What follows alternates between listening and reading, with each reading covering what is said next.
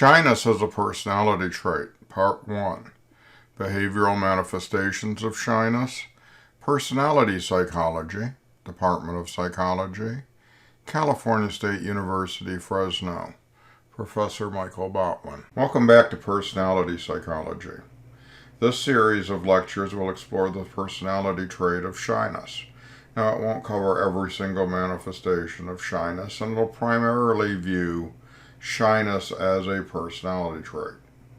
So it will ignore many things that are important to lots of people, like how do you treat shyness. But this is a class in basic personality psych, so we're just going to cover those areas of trait shyness. Now, to be personally disclosing here, I'm a very shy person. My parents are shy people, and I grew up in a shy environment. When I was in undergraduate school and sitting in classes, feeling nobody was really paying attention to me. I didn't want anybody paying attention to me because I didn't really want to draw attention to myself. Now, if I would see myself as I was as a student, now as a professor, I'd probably send me to the health center to get some help with shyness. But one of the good news factors of shyness is most of us over time outgrow our shyness. So there's some good news in that. And there are different kinds of shyness that I'll talk about during this series of lectures. And fortunately for me, I don't have all of them. So, let's start our exploration of shyness. And in this video lecture, I'm going to talk about some of the behavioral manifestations of shyness. I'll also do some pretty good self-disclosure during this set of lectures. But it's only for the sake of teaching you about this important trait. After sitting in this class for this period of time with me, you know I like my list of things. During this video lecture, I'm going to talk about some of the behavioral manifestations of shyness, and I have two lists here that I'm going to incorporate here to talk about some behaviors that shy people may have. Now remember, every shy person doesn't necessarily have all of these characteristics or a pronounced level of any one of them either, as the medical folks like to say in prescribing medications. Results may vary. So look at these with a grain of salt. Don't personify them too much.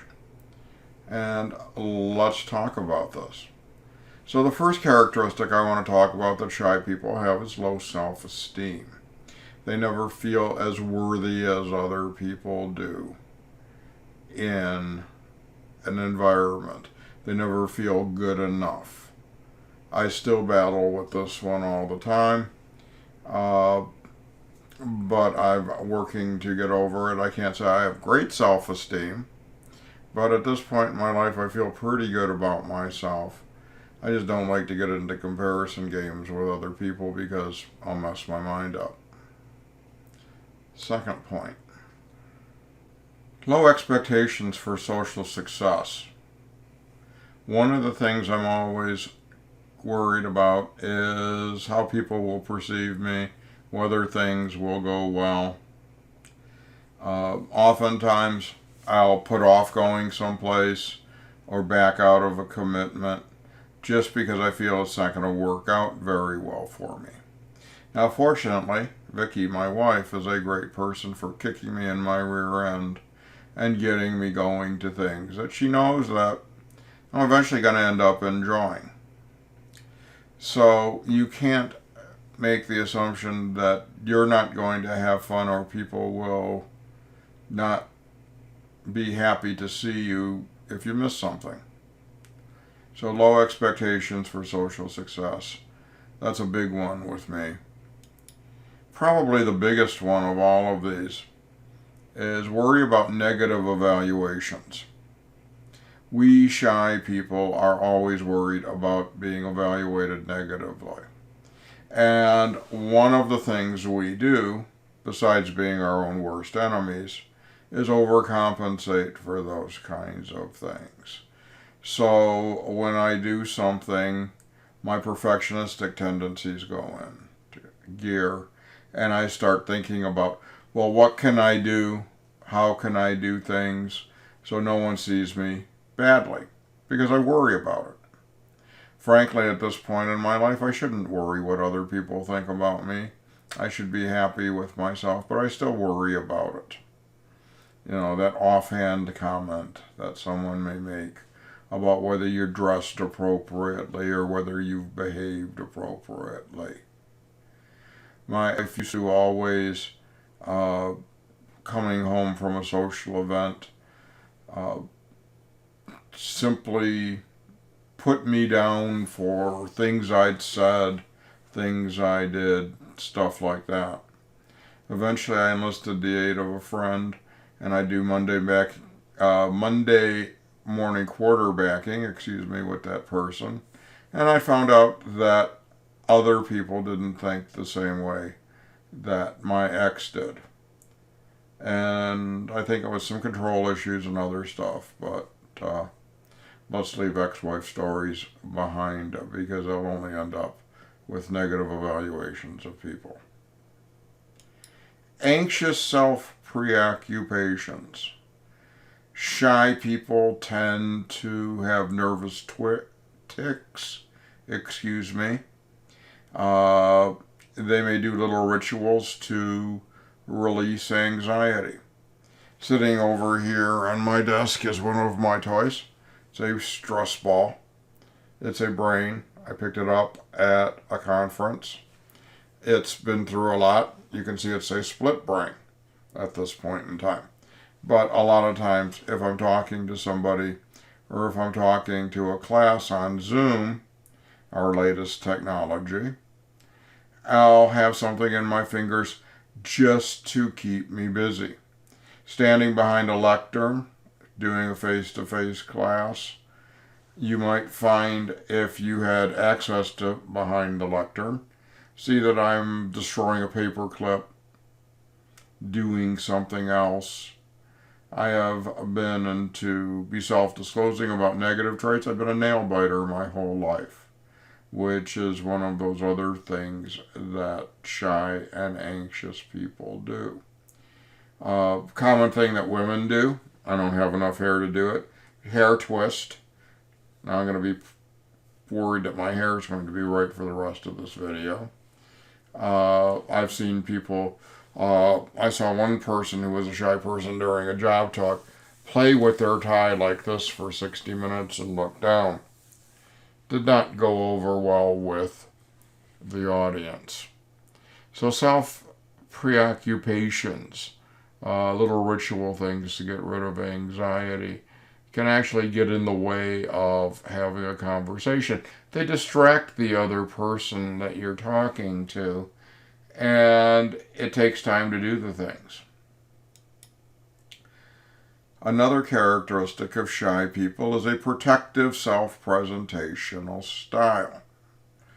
This is one that I still work hard on, but it also fits in with many of the other ideas that are going on in shyness, like things are never good enough, and you worry about negative self-evaluations. In my first round of dating, in my late teens, early 20s, I can tell you it was pretty pathetic. It was bad. Maybe that's why I study mate preferences now. But I would do something that I've learned not to do. Don't have to date anymore anyway. But I would ask a woman out and I would say, would you like to go out on Saturday night? If you can't, that's okay. Well, it doesn't exude a lot of confidence, and those of us who study dating and mating know that one of the big things that women look for is confidence. The other area that this affects me in a whole lot is gift giving. I'll spend a considerable amount of time, probably way too much effort. In fact, I know I spend far more effort picking out gifts than Other people I know do.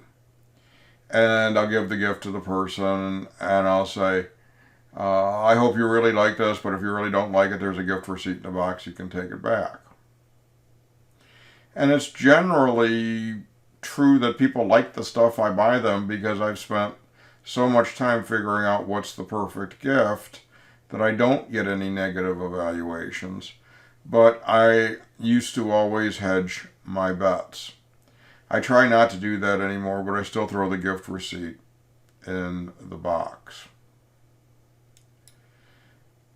We shy folks are extremely hard on ourselves.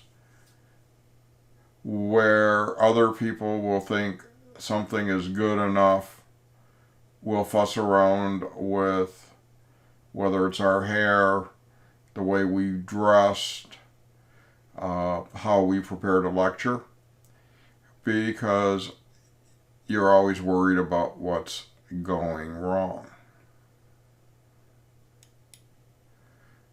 Another point, and the last of this series, is self-blaming causal attributions. To the shy person, if something goes wrong in a social encounter, it's always their fault. It's never the other person's fault.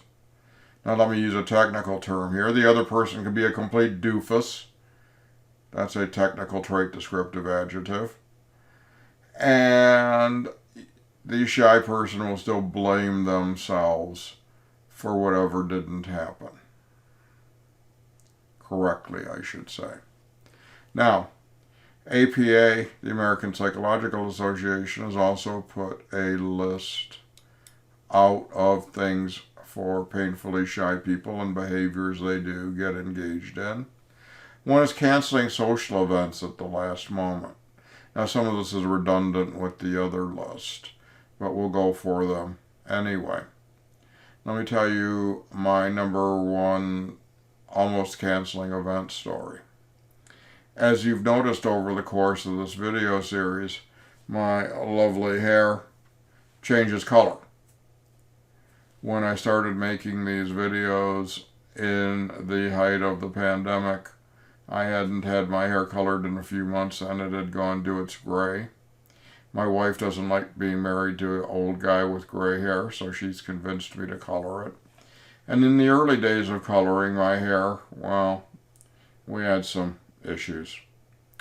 So one time I made a mistake, and every woman that has taken my class has cringed when I bring this up, saying, you were an idiot for doing this, you should never have done it.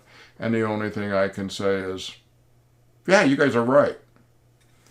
So I had to, at the time, go to the president's house and be acknowledged and say a couple of words as I was the chair of the Academic Senate, which is kind of the faculty equivalent of being the ASI president. So I had a couple of hours, and I decided I would stop and get my hair taken care of, still can't say done, before this dinner. Well, the guy that did my hair, it never came out the same way twice, but this was the last time he did it. And he gets done with it and he goes, oh, doesn't that look good? It was red. I mean, it was bozo red. So, being a shy person, I didn't yell at him for turning my hair red, which is probably what I should have done. But what I did was go sit in front of the president's house. Now, dinner that night, it had been threatening rain, so there were 250 people under circus tents eating dinner. And I'm sitting in the parking lot thinking, what if I really don't show up? What are going to be the consequences for not showing up? You can see how this fits in with the previous list as well. So, I decide to go in. I get my badge, sit at my appointed table. And you know how when you go to a big event where there's several hundred people, there's always this little buzz in the air of people talking and stuff. get to my introduction and my few words I'm going to speak, the room goes dead silent. I mean, you could have heard a pin drop there all the way in Dinuba, which is a little bit far away from Fresno for those of you that are sitting in from other places.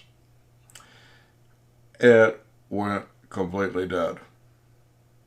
So I said my little spiel, sat down, the buzz started again.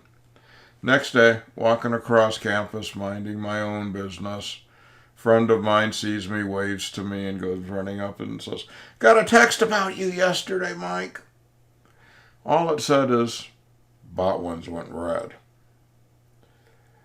So I might have been better off canceling that social occasion. I didn't. I stood up and did my job for the faculty, which is the only reason I did it. I didn't do it for me. I learned that, and I learned never to get your hair done right before an important major event, as any smart woman can tell you. Now, here's another one. Avoiding situations that provide positive social interaction. And this happens if you bail from events, you avoid things. I can't tell you how many times I've sat there saying, do I really have to go? And then I get up my intestinal fortitude and go, and I find it turns out to be a positive experience. And if you constantly disengage from the world and constantly stay away from positive social experiences, you're never going to get that positive reinforcement. And positive reinforcement works for us shy people as well as other folks.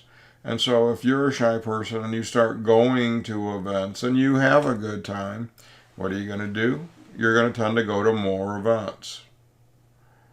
So a look at that one. Few or no friends. I have a few very good friends. I have a great understanding wife and I've got a wonderful family. But I am one of these people that really not big on social media. I was looking, my son was bragging the other day, I wasn't looking at his phone, he was telling me about how many hundreds of friends he had on Facebook. And I said, well, how many of these people have you ever met, you ever know? Well, first of all, I know that you guys don't use Facebook anymore. You use other things. But, he didn't know many of those people at all. I prefer to have deep relationships with a few people rather than surfacey relationships with a whole bunch of folks. So, few, no friends. That's a choice for some of us. And it doesn't make us antisocial. It just means we are different. Avoidance of activities that are otherwise pleasurable. What is the opposite of the one characteristic we just saw a couple of slides ago? You avoid things that are fun, you're not going to have fun. I'm not going to spend too much time on that one because it's redundant. This one's redundant with other things that we've said as well. Oftentimes shy people appear passive, pessimistic, and again the low self-esteem. In fact, many shy people, including myself, have been labeled as kind of arrogant. And I can tell you the last characteristic I have in the world is arrogance. I am not an arrogant person. But the shyness and the pessimism and the passivity, all of that make it look that way. So you'll find many times the shy person appears to be aloof, appears to be disengaged, appears to be arrogant or stuck up. Really not their characteristics. It's really something that looks like that, but it's a representative of these other negative characteristics.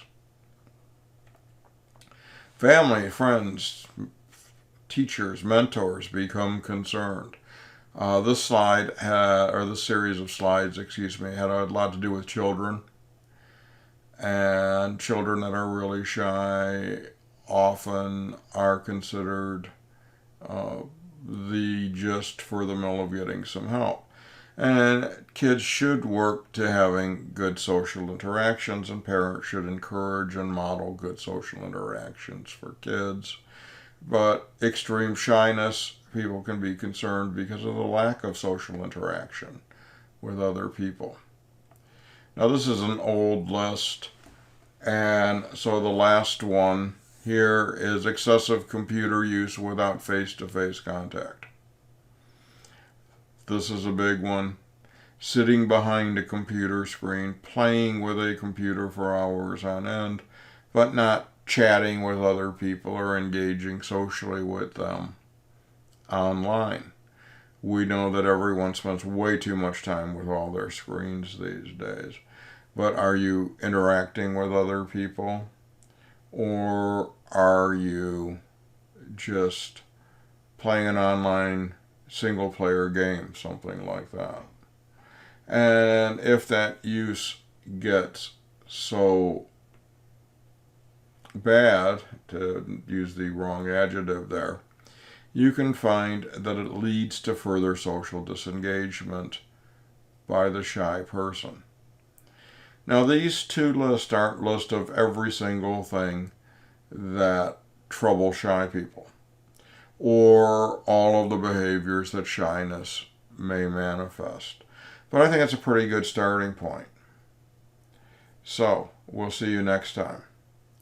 And I'll try not to be too shy when I see you in personality psychology.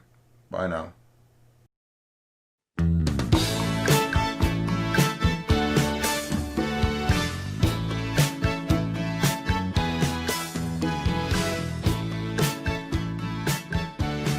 This has been a We Have Couches video production. Copyright 2020, Professor Michael Gottlieb. All rights reserved.